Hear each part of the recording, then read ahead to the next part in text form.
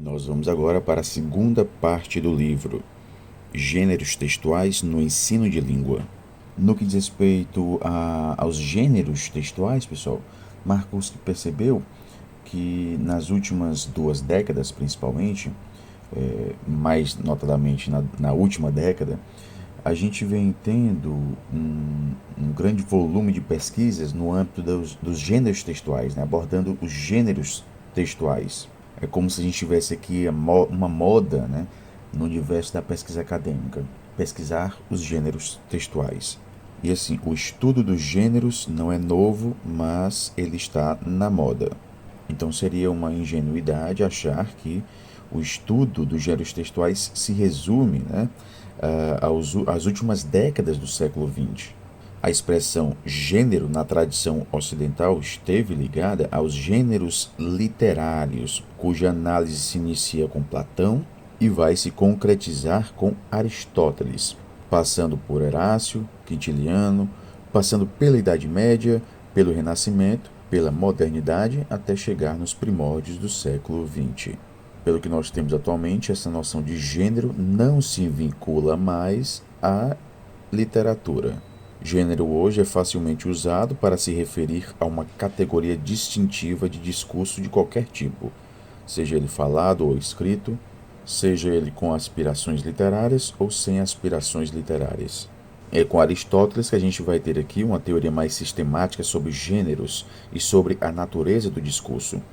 Em sua obra retórica, nós vamos ter aqui 3 elementos que compõem o discurso: aquele que fala, aquilo sobre o que se fala e aquele a quem se fala. Teríamos 3 tipos de ouvinte: o espectador que olha o presente, a assembleia que olha o futuro e o juiz que julga sobre coisas passadas. E a esses 3 tipos de julgamento, Aristóteles associa 3 gêneros de discurso retórico: discurso deliberativo, discurso judiciário e o discurso demonstrativo. Do ponto de vista funcional, o discurso deliberativo servia para aconselhar ou desaconselhar e voltava-se para o futuro. Teremos aqui como uma tipologia predominante, né, pessoal, a tipologia injuntiva. Já o discurso judiciário, ele tem a função de acusar ou defender e se reflete sobre o passado, enquanto que o discurso demonstrativo tem um caráter epidítico, ou seja, de elogio ou censura, situando-se na ação presente. Essa visão de Aristóteles sobre as estratégias e as estruturas dos gêneros foi desenvolvida amplamente na Idade Média. Tornou-se inclusive a ênfase pela qual a retórica se desenvolveu e propiciou a tradição estrutural. Aristóteles distinguiu entre a epopeia, a tragédia, a comédia, cujos tratados foram conservados. E distinguiu também a aulética, o ditirambo e a citarística, cujas análises se perderam. Hoje, o estudo dos gêneros textuais está na moda, mas em perspectiva diferente dessa perspectiva de Aristóteles. A análise de gêneros textuais hoje considera mais uma perspectiva multidisciplinar. Ela engloba uma análise do texto e do discurso, e uma descrição da língua e visão da sociedade, e ainda tenta responder a questões de natureza sociocultural no uso da língua de maneira geral. Os gêneros seriam, portanto, uma forma de ação social. Eles são um artefato cultural, uma parte importante, né, que integra a estrutura comunicativa de nossa sociedade. É importante a gente não entender aqui os gêneros como modelos estanques, né, como modelos imutáveis que não sofrem modificações. As suas estruturas, pessoal, são flexíveis, sendo constituídas e constitui também, né, as próprias mudanças que ocorrem na sociedade. No Brasil, o que se tem notado é uma enorme proliferação de trabalhos, principalmente desenvolvidos sob a influência da escola de Genebra, né, com influências de Bakhtin.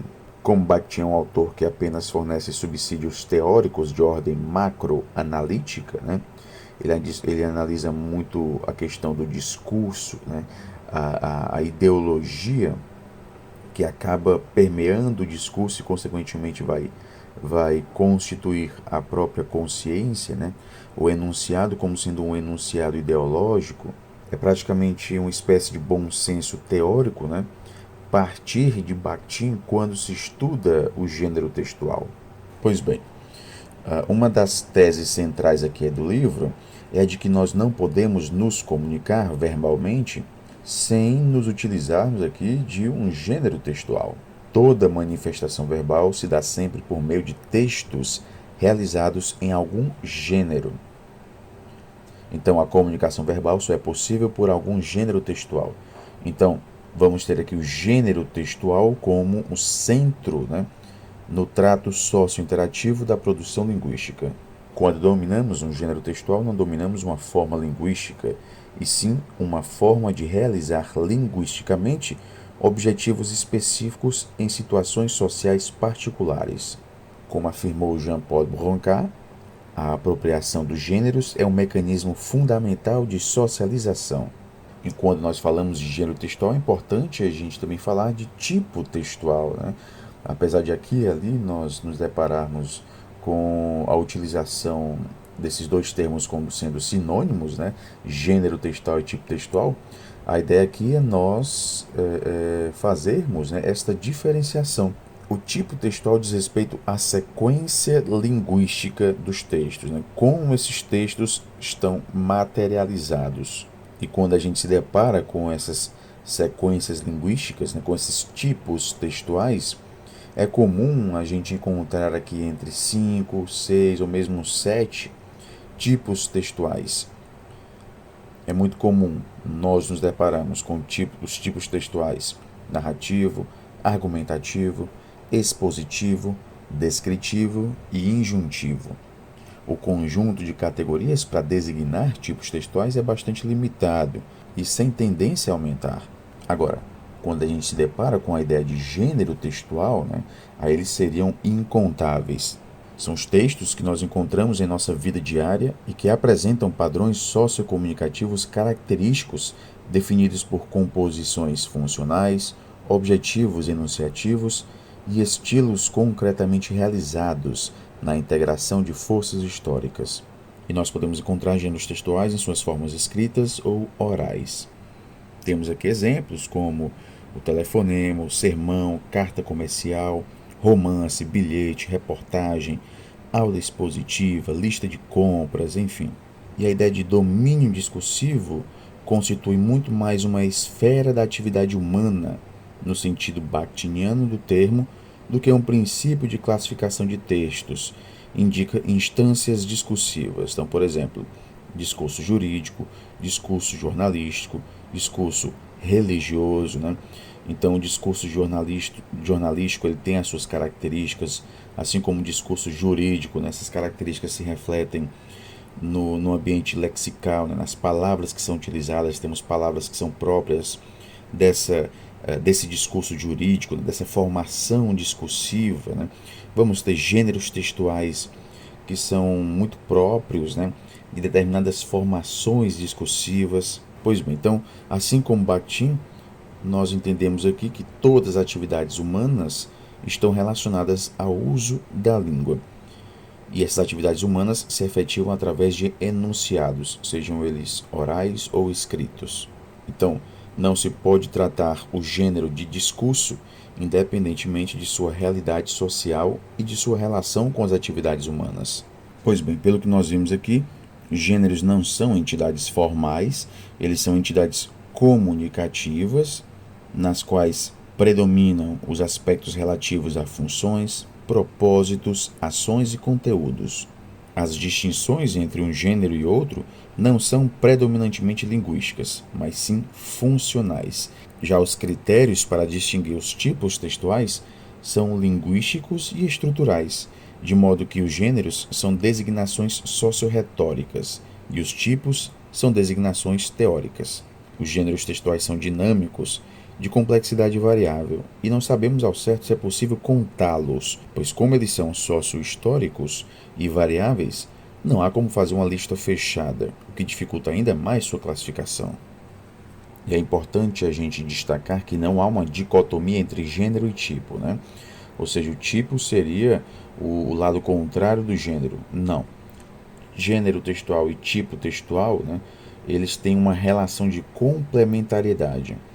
Ambos coexistem e não são dicotômicos. Todos os textos realizam um gênero e todos os gêneros realizam sequências tipológicas diversas. E como se dá a relação entre gêneros, né? Nós nos encontramos, é muito comum a gente encontrar, principalmente no universo publicitário, a mistura de gêneros, tendo aqui a denominação de intertextualidade tipológica, para designar esse aspecto de hibridização ou mescla de gêneros em que um gênero assume a função de outro. Markowski prefere utilizar a expressão intergenericidade. Nós podemos encontrar, por exemplo, um gênero, publicidade, né, com o formato de outro, uma bula de remédio. Em princípio, isso não deve trazer dificuldade para a interpretabilidade, já que impera o predomínio da função sobre a forma na determinação interpretativa do gênero. Então, o que vai predominar aqui, pessoal, é a função, né? Qual foi o propósito comunicativo de quem escreveu? Eu posso, por exemplo, me deparar com um convite para casamento, né, sendo veiculado no formato de uma reportagem, né? Mas aí qual seria o propósito comunicativo, né? A função é justamente convidar, né? Claro que no formato de uma reportagem a gente tem aqui algo que chama a atenção, né? Mas a função aqui, no caso, é o convite, né? É convidar. Então, nessa intergenericidade, nós teríamos um gênero com a função de outro. Nesse caso específico, nós teríamos uma reportagem, né, com a função de um convite. No caso da heterogeneidade tipológica, nós temos um gênero com a presença de vários tipos textuais, né? É muito comum a gente se deparar com romances, né, que trazem vários tipos textuais, narrativo, descritivo, argumentativo, né? Em um mesmo gênero textual, nós podemos encontrar vários tipos textuais. Temos aqui um exemplo de um artigo de opinião na forma de um poema. Um novo José, de Josias de Souza. São Paulo. Calma, José. A festa não recomeçou, a luz não acendeu, a luz não esquentou, o malan não amoleceu. Mas se voltar à pergunta, e agora José? Diga, ora Drummond, agora Candeços continua sem mulher, continua sem discurso, continua sem carinho, ainda não pode beber, ainda não pode fumar, cuspir ainda não pode, a noite ainda é fria, o dia ainda não veio, o riso ainda não veio ainda a utopia. O malan tem miopia, mas nem tudo acabou, nem tudo fugiu, nem tudo mofou. Se voltar à pergunta, e agora José? Diga, ora Drummond, agora FMI. Se você gritasse, se você gemesse, se você dormisse, se você cansasse, se você morresse, um malan nada faria. Mas já há quem faça, ainda só no escuro, qual o bicho do mato, ainda sem teogonia, ainda sem parede nua, para se encostar, ainda sem cavalo preto, que fuja a galope, você ainda marcha, José. Se voltar à pergunta, José, para onde? Diga, ora Drummond, por que tanta dúvida? Elementar, elementar. Sigo para o Washington. E por favor, poeta, não me chame de José, me chame Joseph. É bastante comum que nos órgãos de imprensa a gente use, né, a gente depare aqui com essas contaminações de gêneros, ou se proceda à hibridização como forma de chamar mais atenção e motivar a leitura. Nós temos nesse gráfico a intergenericidade e intertextualidade que existem, né, nesse texto de Josias de Souza. De um lado, temos duas funções sobrepostas, a interfuncionalidade, né, e dois gêneros se fundindo com um poema no artigo de opinião, a intergenericidade. E, por fim, uma série de elementos do conhecido poema drummondiano, e agora José, aparecendo no interior do artigo de opinião. Seria aqui a intertextualidade. Poderíamos também falar em interdomínios discursivos, já que são dois domínios sobrepostos, literatura e propaganda. Isto mostra o complexo nível de hibridização desse texto. No que diz respeito à questão intercultural, nós temos que os gêneros não têm a mesma circulação situacional em todas as culturas. No caso da piada, ela recebe uma avaliação diversa por parte de alemães e chineses em contextos de negócios. É feita aqui uma referência à preferência dos comerciantes alemães em contar piadas em negociações comerciais. Já para os chineses é considerado inapropriado contar piadas durante encontros de negócios. Por isso que é importante oferecer um ensino que seja culturalmente sensível, tendo em vista esta pluralidade cultural. O ensino da língua é um tipo de ação que transcende o aspecto meramente interno ao sistema da língua. Ele vai além da atividade comunicativa e informacional. A vivência cultural humana está sempre envolta em linguagem e todos os textos se situam nessas vivências estabilizadas simbolicamente. E no que diz respeito ao suporte dos gêneros textuais, um instrumento que transporta essa mensagem. A ideia central aqui é a de que o suporte ele não é neutro e o gênero não fica indiferente a esse suporte. Por exemplo, no seguinte texto: Paulo, te amo, me ligue o mais rápido que puder. Te espero no fone 5544-3333, Verônica. Se isso estiver escrito no papel colocado sobre a mesa da pessoa indicada, né, o Paulo, né, pode ser um bilhete. Então, considerando aqui o suporte nesse papel, né, seria um bilhete. Agora, se for passado pela secretária eletrônica, é um recado. Remetido pelos correios no formulário pronto, pode ser um telegrama. O certo é que o conteúdo não muda, mas o gênero é sempre identificado na relação com o suporte. Entende-se aqui como suporte de um gênero um locus físico ou virtual com formato específico, que serve de base ou ambiente de fixação do gênero materializado como texto.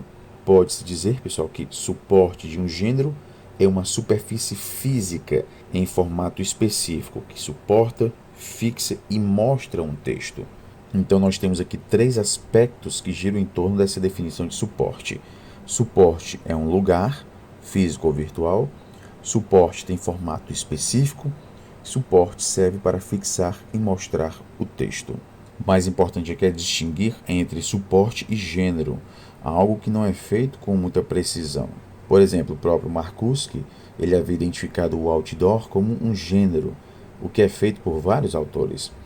Mas, na época da produção desse livro, né, ele já admitia claramente que o outdoor é um suporte público para vários gêneros, com preferência para publicidades, anúncios, propagandas, comunicados. Não é qualquer gênero que aparece num outdoor, pois esse é um suporte para certos gêneros, preferencialmente na esfera discursiva comercial ou política. Nós teríamos aqui, pessoal, os tipos de suporte, né? O suporte convencional e o suporte incidental. O suporte convencional seria aqueles elaborados tendo em vista a sua função de portarem ou fixarem textos. Então, eles são produzidos justamente com este objetivo. Já os suportes incidentais seriam suportes ocasionais ou eventuais, com uma possibilidade ilimitada de realizações na relação com os textos escritos. Então, por exemplo, a parede, né, ela seria um suporte incidental, a partir do momento que uma pessoa vai e escreve na parede. Né? O nosso corpo, né, quando a gente tatua o nosso corpo, ele também é visto como um suporte incidental. Troncos de árvores, suportes incidentais. Marcuski nos traz aqui alguns exemplos de suportes convencionais. O livro não é um gênero textual, ele é visto aqui como um suporte, não um suporte convencional. Em alguns casos ele vai conter só um gênero, como por exemplo um livro de poemas, e em outros casos ele pode conter diversos gêneros textuais. O livro didático também é um suporte convencional, o jornal é um suporte convencional, assim como a revista científica, o rádio, televisão, telefone, quadro de avisos, outdoor, encarte, folder, luminosos, faixas. E já os exemplos de suportes incidentais, né, nós teremos como exemplo a embalagem, para-choques ou paralamas de caminhão, as roupas, o corpo humano, as paredes, muros, paradas de ônibus, estações de metrô. Há também aqui, pessoal, exemplos de serviços em função da atividade comunicativa. Então, Por exemplo, os correios, né? A gente vê os correios como serviços. O e-mail ele é visto aqui como um serviço que transporta os mais variados gêneros. Mas e-mail aqui no sentido de correio eletrônico, né? A gente também pode considerar o e-mail como sendo um gênero da área epistolar. É como se a gente tivesse assim, pessoal, nós temos o correio, né, os correios, e temos a carta. Nós enviamos a carta pelo correio, né? E temos o e-mail, o correio eletrônico, e temos o e-mail, que seria a carta eletrônica, né? Então é como se fosse aqui homônimos, né? O e-mail e e-mail. O e-mail representando o correio eletrônico e o e-mail representando a carta, né, eletrônica, né? Então, quando se refere à carta eletrônica, seria o gênero. E quando se refere ao correio eletrônico, né, o e-mail como correio eletrônico, seria aqui o serviço. Outros tipos de serviço: a mala direta, a internet, o site, uma homepage. Para alguns autores, a homepage e até mesmo o site são um gênero, mas para outros são um suporte. Marcuse acredita que, de modo geral, a homepage é um gênero bem estabelecido, mas o site é um suporte e não um gênero. Assim como no caso anterior, né, da internet, né? Há quem considere como um serviço, né? E há quem considere mais como um suporte que conduz gêneros dos mais diversos formatos. Marcuse prefere, né, entender a internet como sendo um suporte. Mais do que nunca, hoje, proliferam gêneros novos dentro de novas tecnologias, particularmente na mídia eletrônica. O estudo da comunicação virtual, na perspectiva dos gêneros, é particularmente interessante porque a interação online tem o poder de acelerar enormemente a evolução dos gêneros, tendo em vista a natureza do meio tecnológico e os modos como se desenvolvem. No entanto, é importante a gente ter aqui cautela quando se afirma que algo de novo está acontecendo em relação à linguagem, pois faz muito tempo que o ser humano fala e bastante tempo que ele escreve.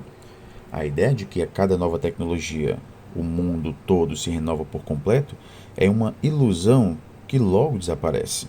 E diante dessa multiplicidade de gêneros existentes e diante da necessidade de escolha, a gente acaba se perguntando: será que existe algum gênero ideal para o tratamento em sala de aula? Ou será que existem gêneros que são mais importantes do que outros? Não haveria aqui uma resposta consensual. Os próprios parâmetros curriculares nacionais têm grande dificuldade quando chegam a este ponto, e parece que há gêneros mais adequados para a produção e outros mais adequados para a leitura, pois tudo indica que, em certos casos, nós somos confrontados apenas com um consumo receptivo e, em outros casos, temos que produzir os textos. Em geral, pessoal, os gêneros orais ainda não são tratados de modo sistemático em sala de aula.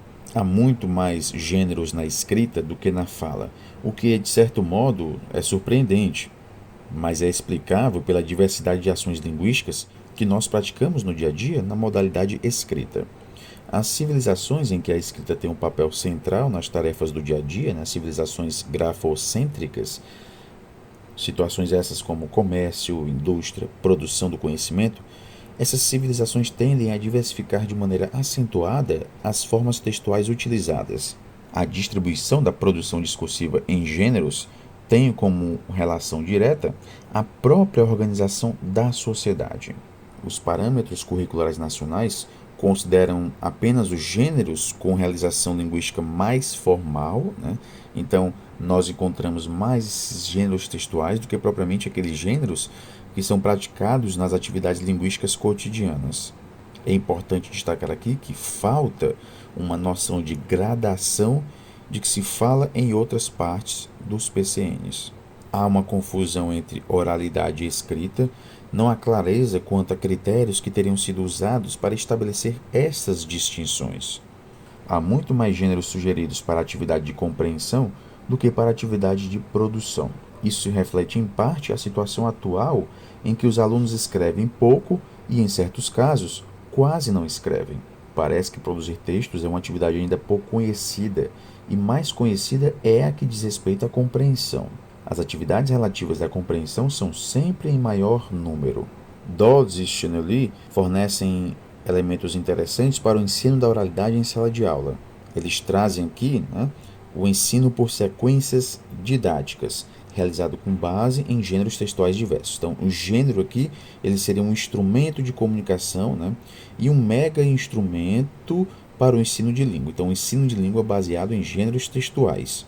A ideia aqui é a de que se devem criar situações reais com contextos que permitam reproduzir em grandes linhas e no detalhe a situação concreta de produção textual, incluindo a sua circulação. É utilizada aqui a proposta da sequência didática como um conjunto de atividades escolares organizadas de maneira sistemática em torno de um gênero textual oral ou escrito. A finalidade de trabalhar com sequências didáticas é proporcionar ao aluno um procedimento de realizar todas as tarefas e etapas para a produção de um gênero. Nós teremos aqui nesse esquema da sequência didática a apresentação da situação, né? Então, primeiro vem uma apresentação inicial da situação em que é formulada a tarefa a ser desenvolvida pelos alunos, define-se aqui a modalidade, se é escrita ou se é oral. Nós vamos ter a primeira produção, né? Então, o segundo passo, que vai ser a primeira produção, essa produção inicial é a primeira formulação do texto, que pode ser realizada tanto coletiva como individualmente. Ela é avaliada formativamente pelo professor, recebendo nota. Essa etapa é muito importante, pois ela representa a primeira atividade de produção em que o texto vai ser avaliado e revisto tantas vezes quantas forem necessárias, né? E sucessivamente passando por módulos nos passos seguintes até chegar ao estágio final de elaboração. Então, nesses módulos, que podem ser vários, a gente tem aqui o treinamento suficiente, né, da produção para a elaboração final do texto. A construção dos módulos deve ser de tal modo que dê conta dos problemas aparecidos até agora. Na produção final, nós temos aqui essa parte da sequência que é reservada à produção final do gênero.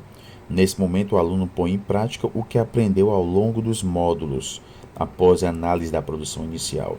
Aqui o professor pode proceder a uma avaliação somativa e não apenas formativa. Depois nós temos aqui uma referência à proposta de Jean-Paul Broca. Ele lembra que os textos são um objeto legítimo de estudo e que a análise de seus níveis de organização permite trabalhar a maioria dos problemas relativos à língua em todos os seus aspectos. O trabalho com os gêneros é interessante na medida em que eles são instrumentos de adaptação e participação na vida social e comunicativa. Broca sugere uma atividade em 4 fases: elaborar um modelo didático, que seria aqui a escolha de um gênero e sua adaptação aos conhecimentos dos alunos, e em seguida analisar as propriedades desse texto, seus usos, suas formas de realização, suas variações e seus contextos de uso. Depois nós teríamos aqui a identificação das capacidades adquiridas, testar os alunos quanto ao fato de se eles adquiriram ou perceberam, né, as atividades discursivas, as sequências típicas desse texto, os mecanismos linguísticos, né, os aspectos sintáticos, morfológicos, as propriedades lexicais, né, desse texto. Depois nós teremos a elaboração e condução das atividades de produção. Então, uma vez identificadas as capacidades em relação ao trato dos gêneros escolhidos, partiria aqui para exercícios de produção efetiva de gêneros, dando condições específicas e situações determinadas de acordo com os elementos analisados anteriormente. E, finalmente, nós teremos aqui a avaliação das novas capacidades adquiridas. Nós iremos analisar as produções textuais dos alunos, dando-lhes um retorno específico de maneira que possam prosseguir no trabalho com gêneros similares ou com outros gêneros dentro dos passos expostos até aqui. Pois bem, pessoal, aqui nós tivemos as principais partes presentes na segunda parte. Na próxima aula nós vamos abordar aqui os processos de compreensão. Bons estudos a todos e até a próxima.